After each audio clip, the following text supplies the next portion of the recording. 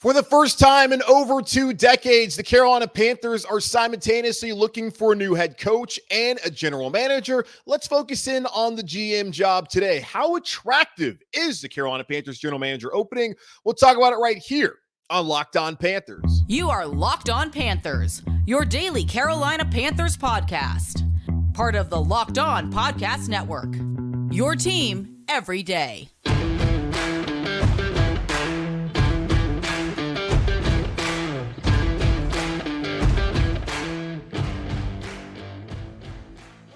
Welcome into another edition of the Locked On Panthers podcast, a part of the Locked On Podcast Network. I'm your host, as always, Julian Council, talking Carolina Panthers with you every Monday, Tuesday, Wednesday, Thursday, and Friday. Your team every day.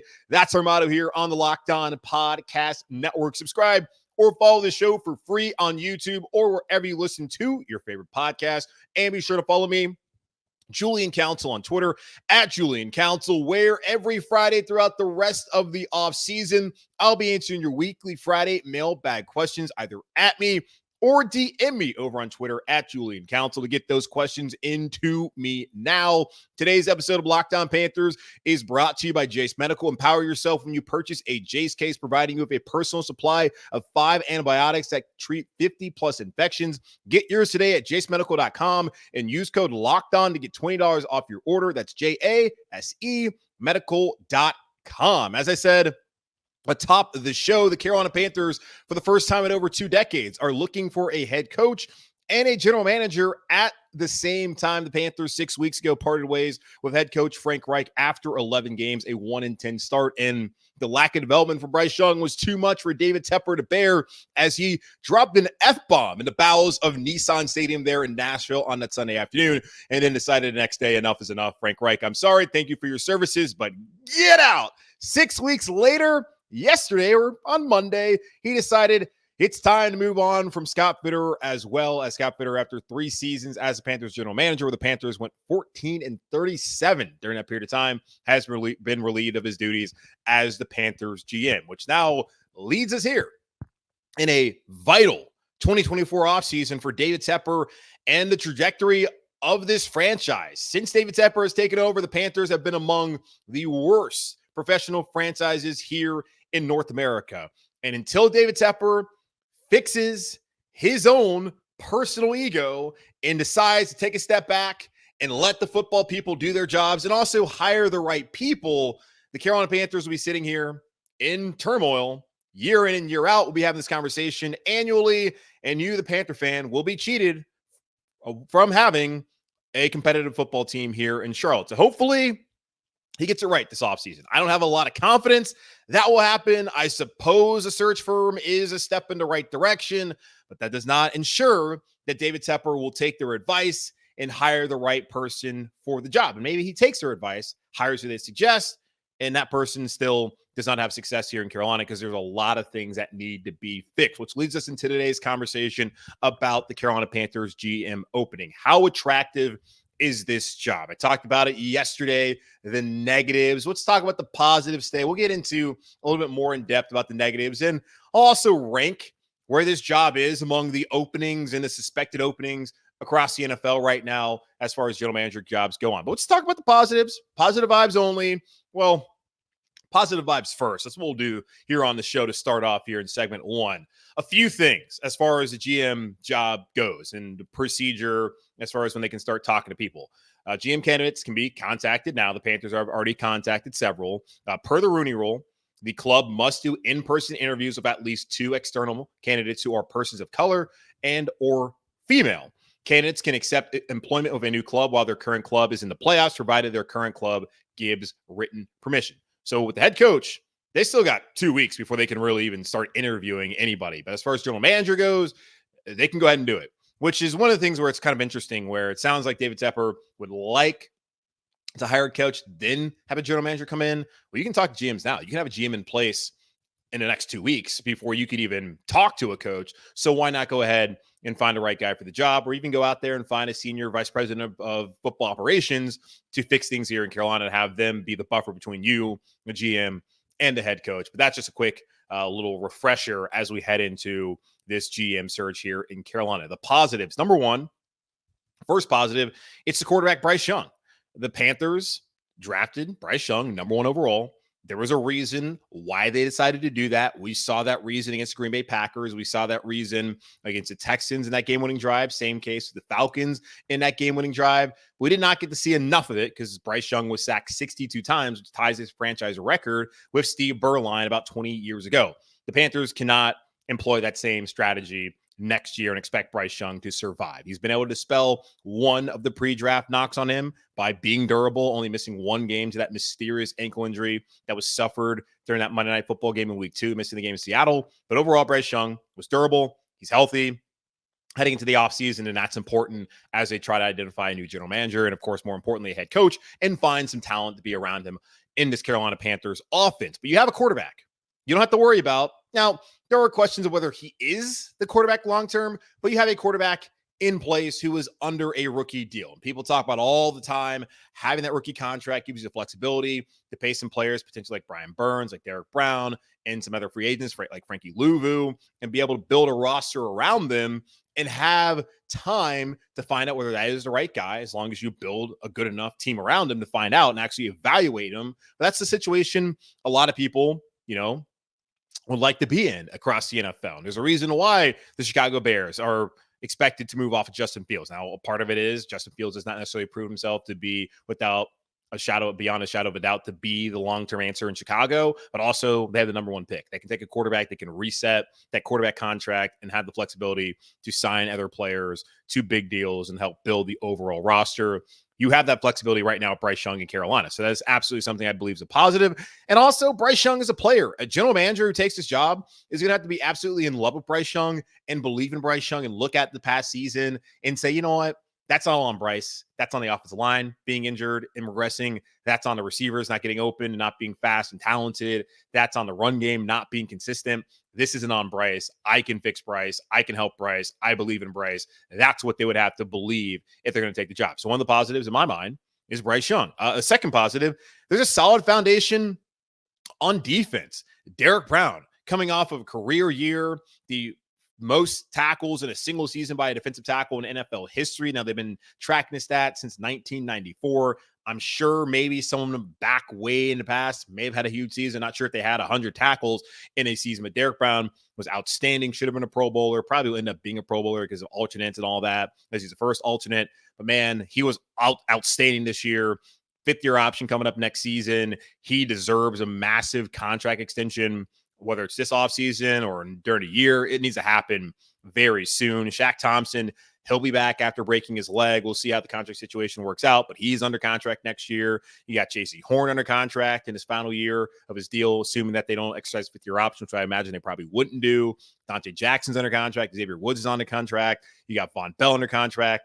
There's some solid players there on this Panthers defense that will be back next season. You also think about Brian Burns. Very simply, the Carolina Panthers will likely place the franchise tag on him. Frankie Louvu, I haven't really heard much of whether he wants to be in Carolina or not, but he's somebody the Panthers, I'm sure, will prioritize bringing back here once free agency opens up. Ejiro Evero and his staff could be retained, depending on who the new head coach is, and it's very likely to be an offensive-minded head coach.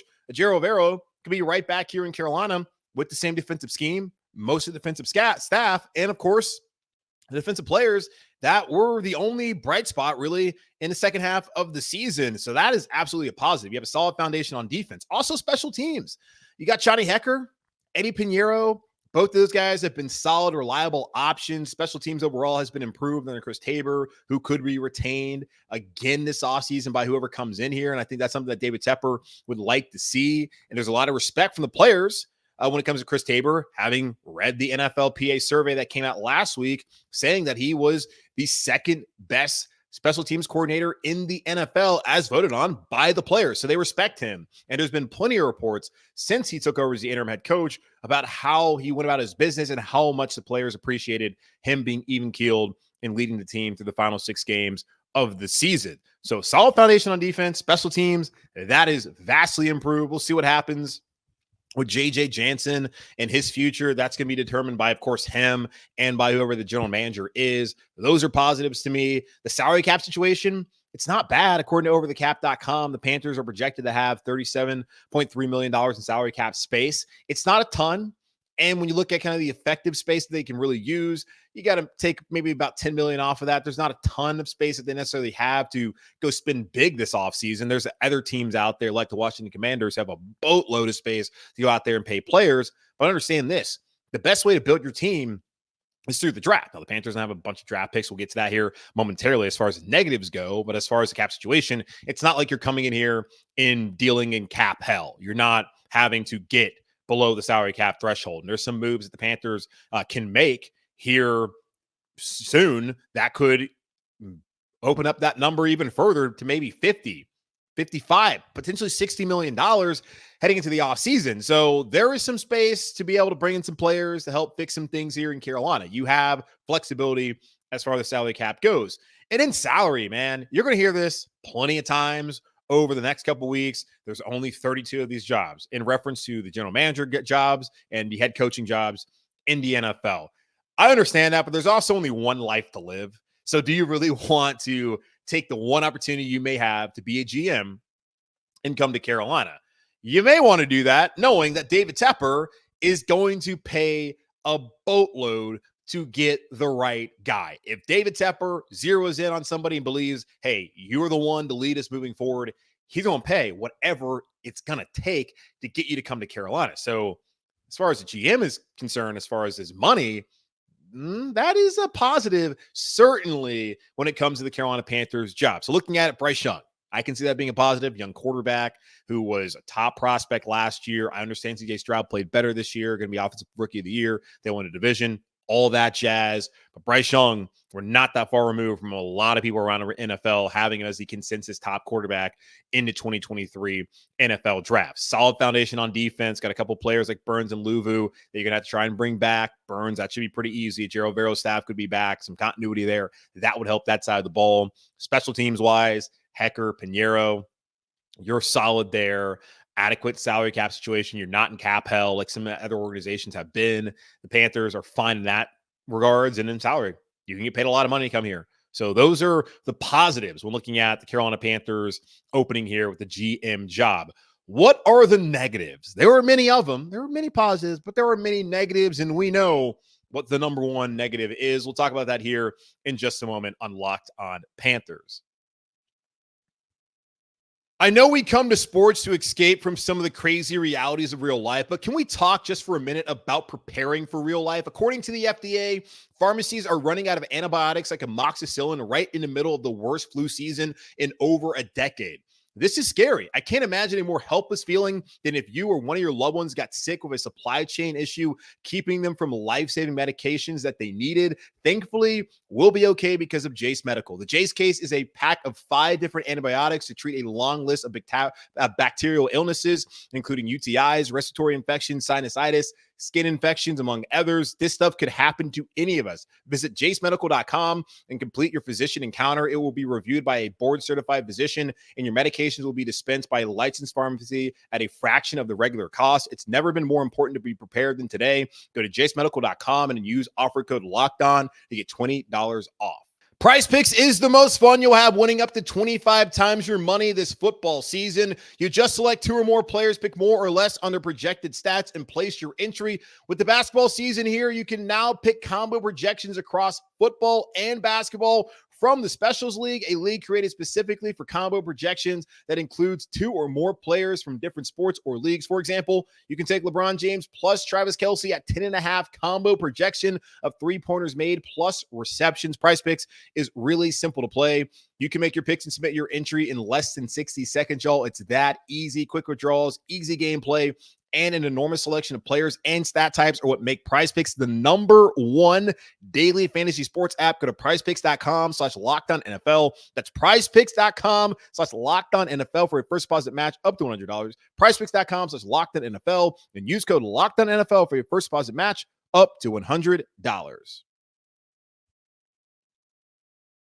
How attractive is the Carolina Panthers GM job? We looked at the positives. Now let's take a look At the negatives, and we have heard a ton about the negatives all across the NFL media, as this right now is viewed as one of the worst situations in the league because of the owner and some other things we're going to talk about right now. Number one negative about taking the job here in Carolina is the owner, David Tepper, who has taken the mantle from the disgraced and shamed Dan Snyder as the worst owner in the National Football League. David Tepper has had Ron Rivera, Perry Fewell, Matt Rule, Steve Wilkes, Frank Reich, and Chris Tabor all serve as head coaches as either interim or full-time head coaches here in Carolina since he's taken over. That is 6 coaches in 6 seasons. And once he hires a new head coach, that'll be 7 coaches in 7 seasons. An embarrassment. He has also had 2 general managers here in Carolina, with Marty Herney being one that he inherited. And then there was Scott Fitterer, who he has now fired. So he'll be on his 3rd general manager in 7 seasons. Look over at Charlotte FC right there in the same building. He hired Miguel Angel Ramirez to be his head coach. He lasted 14 matches, then hired his interim Christian Latanzio. He lasted a season and a half, and now they have appointed a new manager in Dean Smith, formerly of Aston Villa of the Premier League, to be their manager. That is 3 coaches in 3 seasons with the soccer/football team here in Charlotte. All this man knows is turmoil. And if that's not enough to let you know that you may not be here long, well, go look at what happened not even a couple weeks ago, but 9-10 days ago down there in Jacksonville when Scott Fitterer was sitting there watching the Panthers get their doors blown off of them by a Jags team that absolutely collapsed in the second half of the season. And he's just sitting there as David Tepper just douses his drink on a fan and throws a cup in frustration as the team that he has run into the ground was one of the embarrassments, actually really the embarrassment of the NFL season here in 2023. So you're going to sit there and have to endure the Tepper tantrums that will happen every Sunday anytime your team loses. And I can only imagine how often he meets with the GM. Imagine how that probably has gone in the past. We know he was meeting every Tuesday, the off day, by the way, with Frank Reich when he's the head coach. Are you excited to meet with your boss every week to talk about football, which clearly he does not know how to operate a team? If that's for you, come on down here to Charlotte and deal with David Tepper, who, God, that is an irascible personality that I would not want to be around. That's one of the negatives. Another one, and I said this was a positive, could also be viewed as a negative by some people on the outside, Bryce Young. There are going to be general manager candidates that look at Bryce Young this season and see how he played, and they may understand some of the issues around him, like the lack of protection, the lack of a consistent run game, the lack of receiver talent, all of that, and still say, you know what, I just don't believe in that guy. They're going to look at him. They're going to look at what CJ Stroud did this season, and they're going to compare the two, and they're going to believe the Carolina Panthers were 100% wrong in taking Bryce over CJ Stroud. And right now, that is the case. But that book is not closed just yet. We got to let things play out. There's GMs who may look at Bryce Young, his stature, even though he held up, and believe that's just not the guy. And watching him play this season, they may believe that's just not the guy I want to hinge my future on. And they may ask David Tepper, okay, the quarterback, do I have the autonomy to move off of him if things don't work out, or is this my guy? We'll see how it plays out, but that could be a negative. I don't think it's a negative, but that could be seen as a negative. It could be seen as a positive. It really is in the eye of the beholder. The third negative here in Carolina, a lack of draft capital. If you excuse David Tepper, this is probably the most concerning thing, is what do general managers do? They team build. And what's the best way to build your team? Through the draft. Now, free agency, that can plug holes, but you don't really need to be trying to build your overall team through free agency. You want to do it through the draft. And Scott Fitterer understood that when he first got here, had 11 draft picks at 2021 draft, and he whiffed on the vast majority of them. Those were mainly in day 3, but his top guy, J.C. Horn, has only played 22 games out of a possible 51 so far due to injury. And there's players like Terrace Marshall, who clearly is not an NFL caliber player right now, who's going to help out anybody. It's worked out for Chuba Hubbard, Tommy Trimble. That's been great as well. Brady Christensen when healthy, but overall, a lot of misses by Scott Fitterer. Not a ton of opportunities heading into the 2024 draft, whoever the Panthers general manager ends up being. The Panthers, as we all know, do not own the number 1 overall pick in the 2024 draft. And if they did, quite possibly, they're able to take a Marvin Harrison Jr. or Roma Dunze, any of these top receivers, and they come in and they help Bryce Young. But one receiver is not going to change the fortunes of this franchise. I could be wrong. Typically, if you're going to get a player that's going to change everything for your franchise, typically it's a quarterback, knowing how important that position is in the game of football, but especially in the NFL. And everyone here in Carolina, we have seen when the Panthers had a quarterback, Cam Newton, things are good. Since they have not had a quarterback the last couple of years, things have been bad. You need a quarterback. Not having a number one overall pick, obviously, that is a bummer, but it's only one pick. Truly, only one pick. And I think people get a little bit too caught up on, oh, they don't have that number one overall pick. And I get it. I totally understand. I don't love it either, but you're going to have to just accept the reality that they don't have it. But really, my main concern is it's not just they don't have a number one pick. It's like they only have 6 picks. They don't have a ton of capital going to the draft anyways. That one pick would help them get a premier player. Yes, I understand that, but then it's not like they are in a position to get a lot of great players in the first place. They have 2 picks in the top 65. They own the number 33 overall pick. That's in the second round. The number 65 overall pick. That's in the third round. They have their own 4th round pick. They have a 5th round pick from San Francisco that they got in the McCaffrey trade.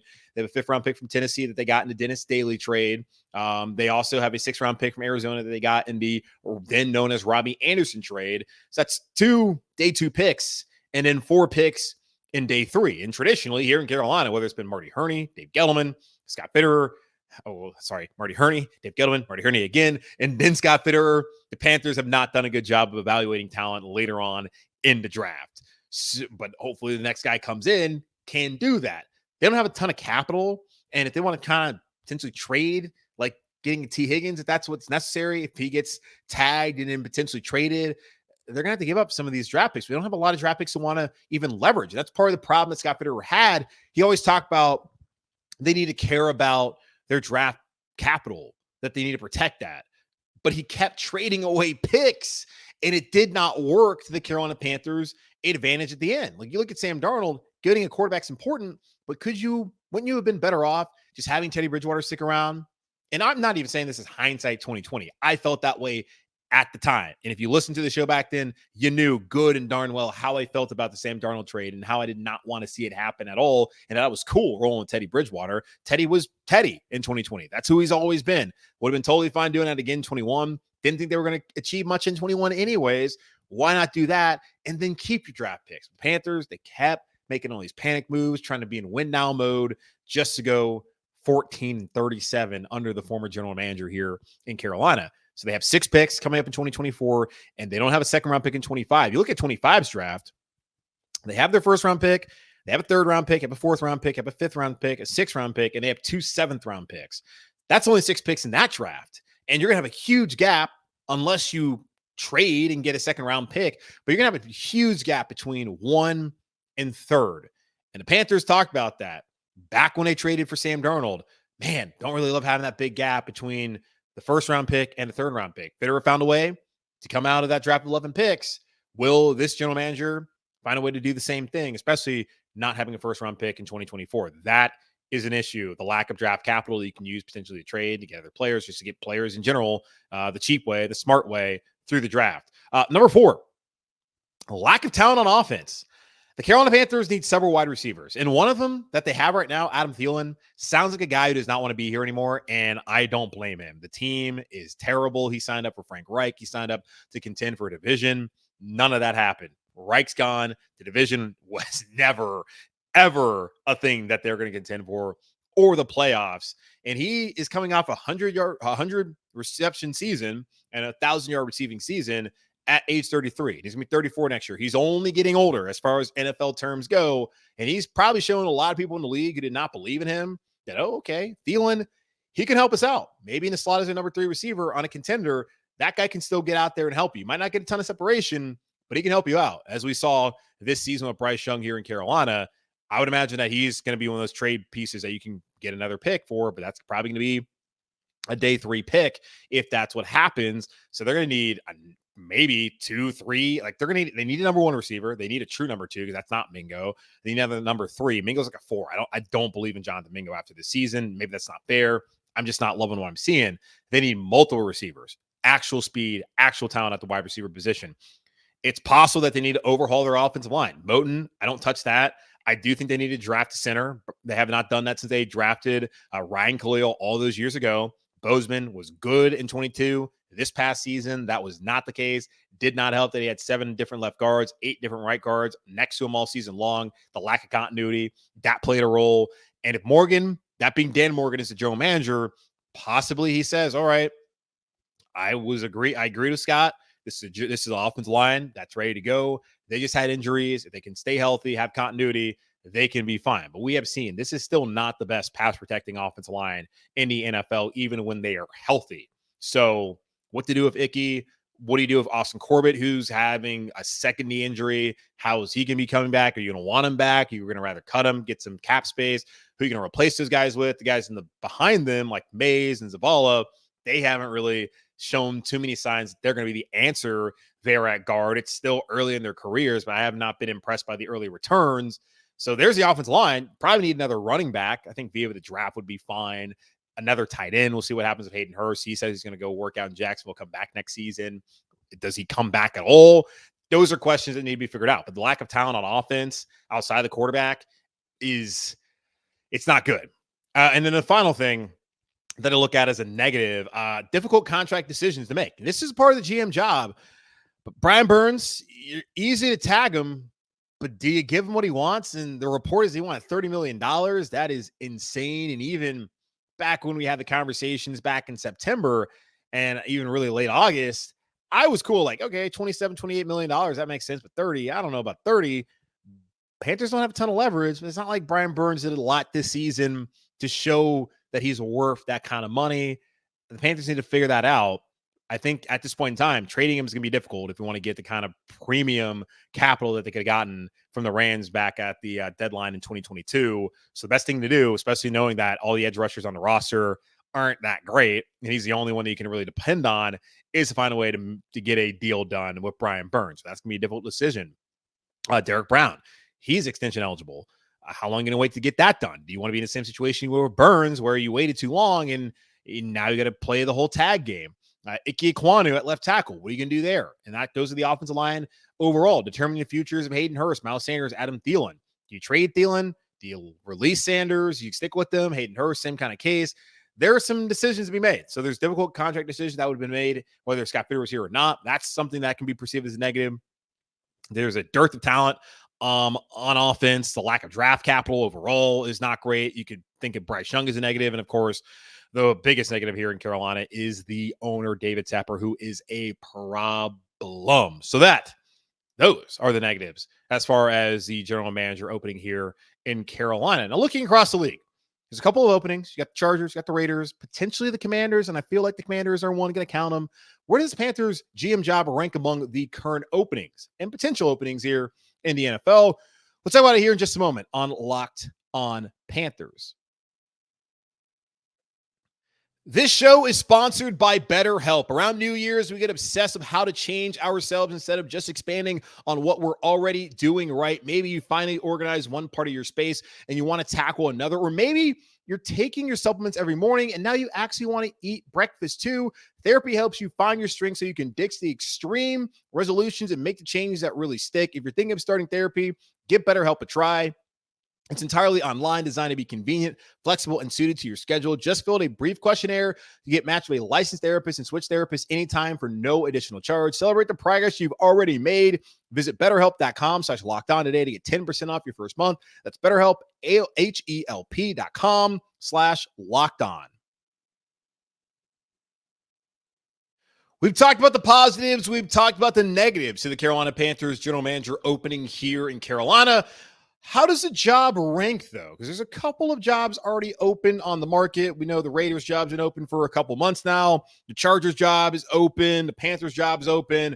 And I'm going to count the Commanders' job as being open, as they're currently interviewing people for the head of football operations job. Adam Peters, who's one of the top general manager candidates. He's assistant general manager there in San Francisco, potentially could be the GM now that John Lynch has been elevated to a different role within the organization. Now, he's still kind of the general manager, but he's been elevated to a higher role. That could open up the job for Adam Peters, and they are clearly a Super Bowl contender. That's a great situation. I would want to do that, but maybe he wants a new challenge, wants to build his own organization. But he's going to be interviewing there in Washington, and that is seen as an attractive place to go with the number 2 pick and all the other things that are attached to the job. So I'm going to look at Washington. You have Martin Mayhew, currently who's the general manager. You got Marty Herney in there in the front office.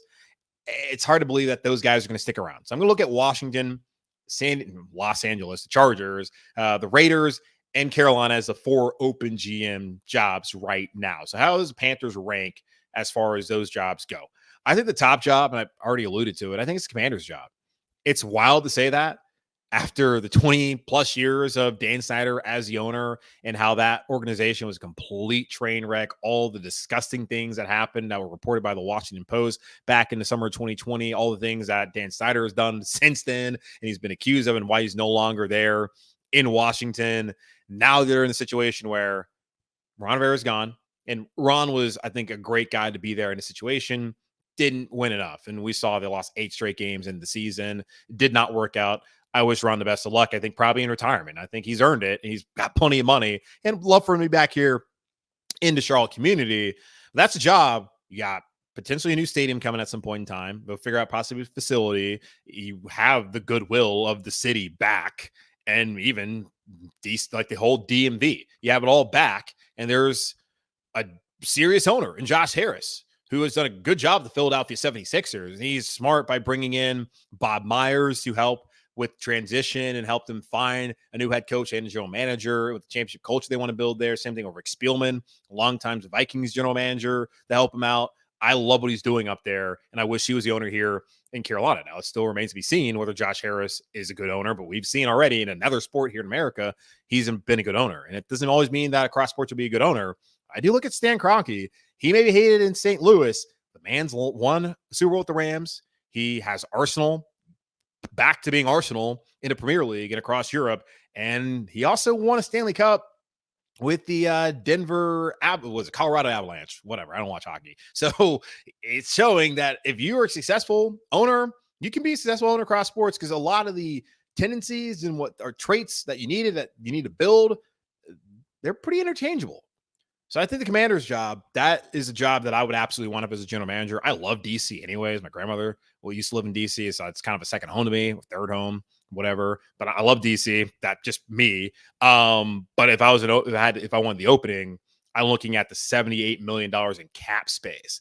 I'm looking at the number 2 pick in the draft. I'm looking at 5 picks in the top 100. They may have traded away Chase Young, Montez Sweat. Sweat ended up leading the Bears and the Commanders in sacks, by the way. That's an insane stat. So they got to go out there and get edge rushers. They have an opportunity to do that. They also have an opportunity to draft a quarterback number 2. And my guess is, and it would be a little awkward knowing who the quarterback was this season, but my guess is Sam Howell. Now, I have a friend whose hot take is that because Caleb Williams is from DMV, that they're going to trade up to number 1 with the Bears to get him.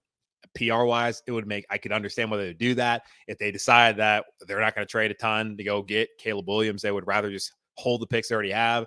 Drake May in Washington, that would make sense. Or maybe it's Michael Penix Jr. going from Washington to Washington. That's the number 1 job to me.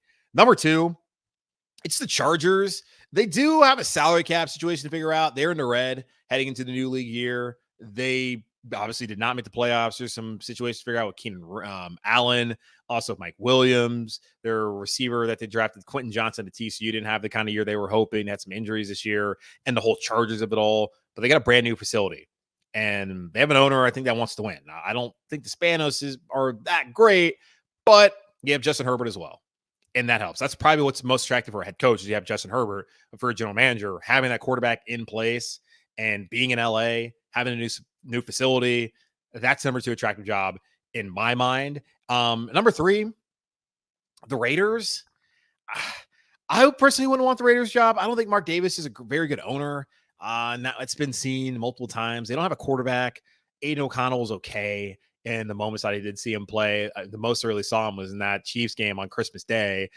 It's not like he did all that much. I don't think he attempted to pass in the second half. I liked him at Purdue, 4th round pick. Don't know if he's really the future. They could be in position to draft a quarterback if they wanted to do that. They got $50 million in cap space. That's attractive. And they have a beautiful facility there on the Strip in Vegas. That I would say is probably right above Carolina. The owner is not great. They have more cap space. Don't really have a quarterback, but the whole David Tepper of it all. That's why I have Carolina ranked as 4th. And I hate to say that, being someone who does a Daily Panthers podcast, someone who wants the team to do well, who, is a fan of the team, grew up going to the games and all that. But right now, looking at the other jobs, the Commanders, it's wild to say it. The Commanders, Chargers, those are easily the top 2 available jobs as far as general manager goes. Raiders, you could argue Panthers are above the Raiders. I would appreciate that argument, and I would maybe even agree with you, even though I'm saying right now I think the Panthers' job is the worst job. Just thinking about David Tepper, his involvement, and some of the other, just the offense, just not having any talent. That is a tough situation for the Carolina Panthers to head into this search. As I lose my voice there at the end of the show. Okay, that's going to wrap up this edition of the Locked On Panthers podcast, part of the Locked On Podcast Network, hosted by yours truly, Julian Council. Again, y'all subscribe or follow the show for free on YouTube or wherever you listen to your favorite podcast. And be sure to follow me, Julian Council, on Twitter, at Julian Council, where I will be back with you on Friday to answer your weekly Friday mailbag questions. I'm going to do that all throughout the offseason, either at me or DM me to get those questions into me now. In the meantime, be safe, be happy, be whole as always, and forever. Keep pounding, and I'll talk to y'all on Thursday.